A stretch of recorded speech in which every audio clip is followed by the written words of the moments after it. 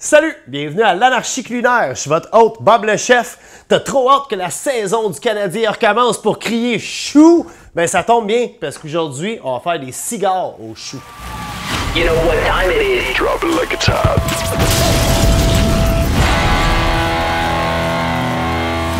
Ce que j'aime de la recette d'aujourd'hui, c'est que c'est vraiment une belle recette d'automne. D'ailleurs, le chou du Québec commence à faire son apparition dans les supermarchés. Il est vraiment pas cher, fait que pourquoi pas en profiter avec une belle petite recette facile. Première étape pour nos cigares au chou aujourd'hui, c'est bien sûr de concocter la farce. On va faire une farce un peu plus différente. Aujourd'hui, on va y aller avec des cigares au chou au porc haché. Moi, quand j'entends porc haché, tout de suite, je pense à des pommes.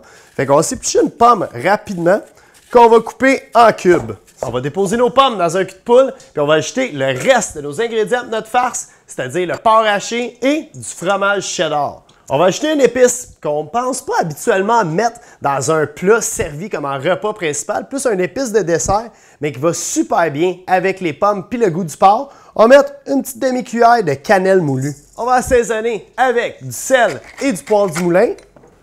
Là, à la maison, c'est bien important d'avoir les mains propres pour la prochaine étape parce qu'on va mélanger tout ça ensemble avec nos mains. Une fois que notre farce est complète, on va maintenant passer à notre chou.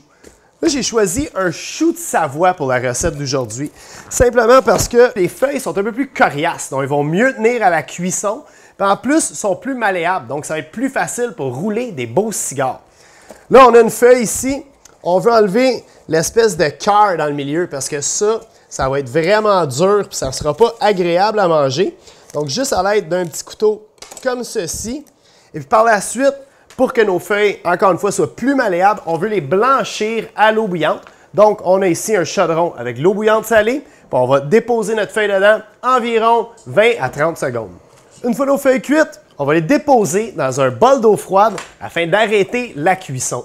On va bien les éponger sur un linge propre. Tout ce qu'il reste à faire, c'est de rouler nos cigares. On voit que notre feuille de chou n'est pas tout à fait parfaite. Pardonnez l'expression, on va la raccommoder un peu.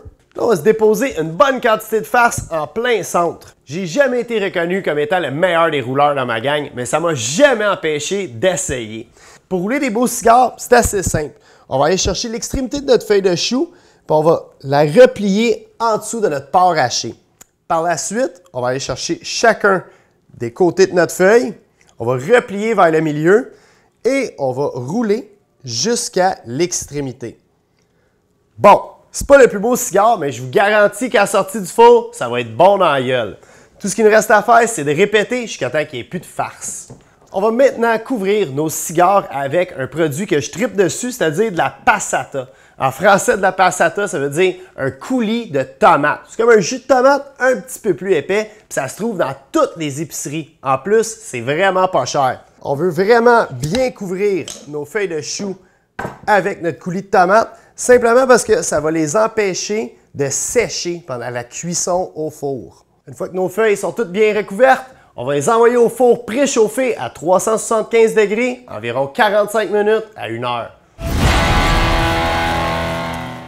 Une fois qu'on a retiré nos cigares du four, reste seulement qu'à s'en mettre un dans une assiette et de le couper en deux afin de s'assurer que la viande hachée soit bien cuite. Et voilà, des cigares dignes des meilleurs lounges de la rue Crescent.